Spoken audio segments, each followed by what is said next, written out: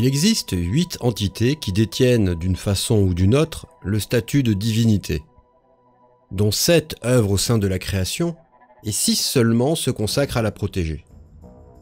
Parmi ces divinités, Azarine incarne la nature. Le trône de la nature est le plus complexe, le plus ancien et le plus étendu des trônes divins.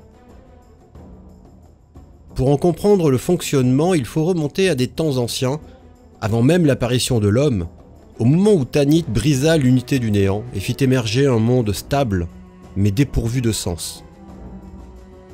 Bien que seuls les dieux aient la réponse exacte, il semble que ceci survint il y a plus de 5000 ans. Ce monde, vierge de tout, fut alors confié à Azarine, le fils aîné de Tanit. Il lui donna le nom d'Iboréa, et à l'aide de la sage Doéla, il conçut les moindres mécanismes physiques et biologiques qui le régissent encore aujourd'hui. Azarine est, depuis lors, surnommé le pourvoyeur, et il éprouve pour sa création la plus infinie des passions. Chaque animal, chaque brin d'herbe, chaque nuage dans le ciel répond au schéma complexe qu'il a élaboré au commencement, à l'exception d'un seul, les elfes. Lorsqu'il fallut peupler ce monde d'êtres à l'image des dieux, afin que ceux-ci aient la foi et soutiennent le Panthéon contre les seigneurs du vide, Tanit désigna les enfants de Naosi, les elfes. Ceux-ci échappaient au schéma d'Azarine, et il en fut d'abord courroucé, craignant qu'ils abîment la perfection de son œuvre. Pourtant, les elfes aimèrent eux aussi la création et s'émerveillèrent du monde. Pendant des siècles, ils vécurent à sa surface et en apprirent les secrets. À cette époque, les autres dieux du Panthéon ne se mêlaient pas de ce qui se passait à la surface du monde. Seuls Azarine et Tanit étaient connus des elfes comme les entités leur ayant offert 6 protecteurs spirituels qui faisaient office de dieux et représentaient l'eau, la terre, le feu, l'air, la lumière et l'obscurité. Lorsque Tanit ordonna l'exil des elfes, afin qu'ils soient remplacés par l'homme, Azarine perdit tout. Non seulement ses craintes sur la corruption de la création par les elfes se révélèrent fondées, mais de plus, les esprits élémentaires, fortement attachés aux elfes, se rebellèrent contre leur bannissement. De surcroît, Tanit jeta son dévolu sur les humains pour devenir la prochaine race dominante, les arrachant au giron d'Azarine pour modifier leur âme pure et parfaite en âme mortelle instable. Et comme si c'était insuffisant, elle amputa Iboréa de la moitié de sa surface, afin d'en faire un territoire de jeu pour tous les dieux, et Azarine dut se contenter de l'hémisphère nord pour abriter les siens. Tel un enfant unique, soudain obligé de partager sa chambre avec toute une fraternité bruyante et querelleuse, Azarine changea dès lors du tout au tout. Il devint le dieu ombrageux et vengeur qui déteste la civilisation, et œuvre depuis pour que l'homme reprenne sa place d'animal au sein de son propre schéma, ce qui passe par l'anéantissement de tous ceux qui ont été corrompus par Tanit, bien sûr. Pourtant, pendant plus d'un millénaire, Azarine dut taire ses ambitions et obéir au Panthéon, car il savait que sa sédition ouvrirait les portes au Seigneur du Vide et que tout serait alors perdu. Il serra donc les poings, le temps que le plan des dieux fonctionne et que le néant soit définitivement jugulé et hors d'état de nuire. Heureusement, les dieux sont patients. Et la patience d'Azarine fut récompensée quand la trahison tant attendue survint et que le dernier seigneur du vide à vouloir rejoindre la matérialité change de camp, enjôlant ses frères à jamais. Si le nouveau venu et ses hordes de démons sont une menace indéniable, ils sont très en dessous de la menace que représentaient les seigneurs du vide. Raison pour laquelle Azarine décida que le moment était venu d'exprimer tout haut ce qu'il désirait. Mais la fin de l'humanité lui fut refusée. Le retour d'Iboréa sur toute la surface du monde également, comme il s'y attendait. Il quitta donc le Panthéon pour devenir indépendant, et puisqu'il est un dieu intègre et honnête, il offrit la liberté à toutes ses puissances, les laissant choisir sans les juger ce qu'elles voulaient faire du pouvoir qui leur avait été donné. Un geste que chacune d'entre elles n'oubliera jamais, fut-elle un jour opposée à son maître. Structurellement, le trône de la nature est celui qui a connu le plus grand nombre de bouleversements.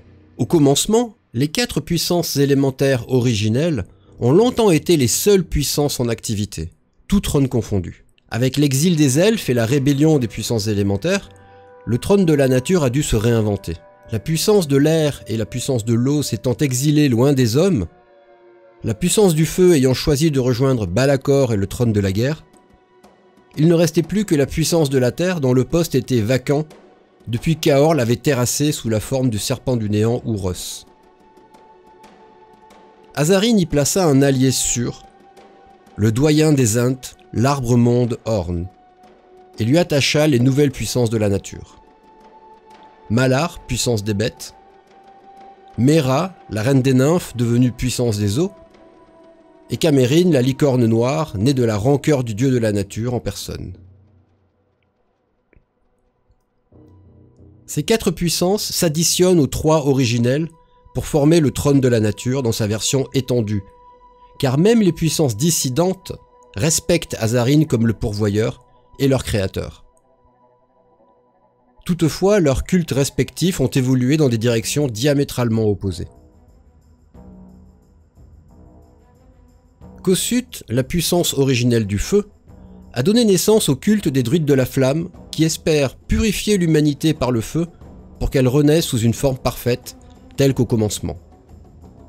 Ils s'infligent eux-mêmes des brûlures et incinèrent leurs adversaires sans aucune pitié. Arbiturus, un redoutable dragon rouge, les dirige depuis le tristement célèbre temple de l'étoile dans le Gaen-Roas, où ce culte est historiquement très répandu.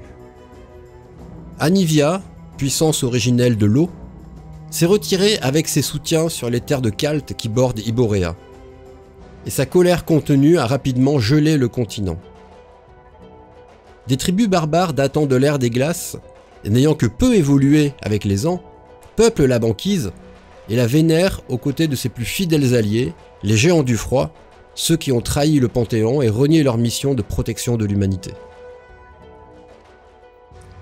Ouranos, puissance originelle de l'air, s'est également retiré des terres connues et erre sur les océans, déversant sa colère en de gigantesques tempêtes frappant aveuglément ce qu'elle croise. Son culte est réduit à peau de chagrin dans des lieux maritimes reculés, mais on prétend que ses rares adeptes ont de grands pouvoirs. Orn, l'arbre-monde, est le culte le plus répandu dans le monde. Les druides de Orn s'occupent des forêts et du bien-être de la nature, s'arrangeant ou effrayant les sociétés qui tentent d'exploiter leur milieu naturel. Les fidèles de ce culte sont assez sages pour savoir qu'ils ne peuvent avoir gain de cause à tout coup et en tout lieu, et préfèrent se concentrer sur des sanctuaires naturels, protégés, et des milieux encore vierges qui doivent être préservés à tout prix. Mera, la reine des nymphes et la mère de Médione, veille sur les lacs, les rivières et les cours d'eau, jusqu'à ce que ceux-ci se jettent dans la mer, où son influence s'arrête net. Elle symbolise l'interdépendance entre l'homme et la nature, à travers l'élément qui apporte la vie, l'eau. De fait, les cités se bâtissent souvent en bordure de fleuves, et l'accès à l'eau est indispensable à tout groupement humain. L'équilibre est difficile à trouver, mais les druides de Mera sont les plus arrangeants et habiles de tous, capables de compromis tant que la nature y trouve aussi son compte. Malar est la puissance des bêtes, et son culte est très particulier car composé d'ermites sauvages et violents qui vivent immergés parmi les animaux et se comportent comme eux. Chaque adepte de Malar a son animal totem et protège son territoire comme s'il en était lui-même un représentant. Ces druides peuvent également adopter la forme de leur animal totem à volonté, ce qui les rend particulièrement difficiles à attraper. Enfin, Camérine incarne la haine de la nature envers les hommes, et son culte n'est ni plus ni moins qu'un groupe d'assassins et de terroristes, ayant la violence comme unique objectif. À l'évidence, un tel culte n'a pas pignon sur rue, mais la rumeur prétend que plusieurs druides âgés en sont arrivés à la conclusion qu'il était le seul culte à suivre. Les cultes de la nature ne sont pas imperméables, pas plus que ne le sont les cultes des autres trônes, mais ils incarnent des visions tellement opposées qu'un même individu ne change en général jamais, ou alors une seule fois, d'obédience dans toute une vie.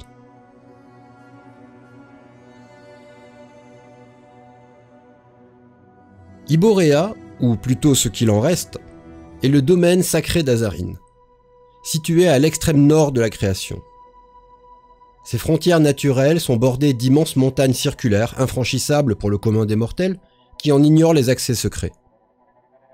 En ce lieu préservé coexistent toutes les espèces originelles de la création, dans leur état le plus pur, y compris les premiers hommes, avant qu'ils ne soient volontairement corrompus par Tanit.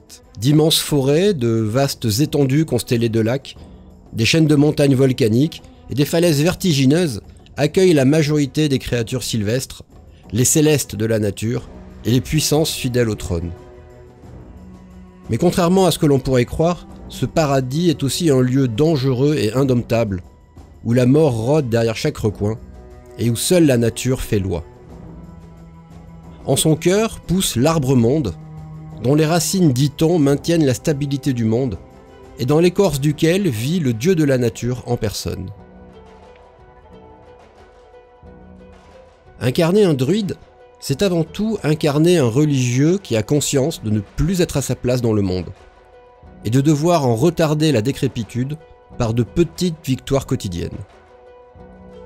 Qu'il soit un ermite effrayant les voyageurs, un sauvage persuadé d'être un loup, ou un individu sociabilisé mais à contre-courant de son époque, chaque druide tente de ramener le monde à un état originel, dont il a conscience qu'il s'éloigne chaque jour un peu plus.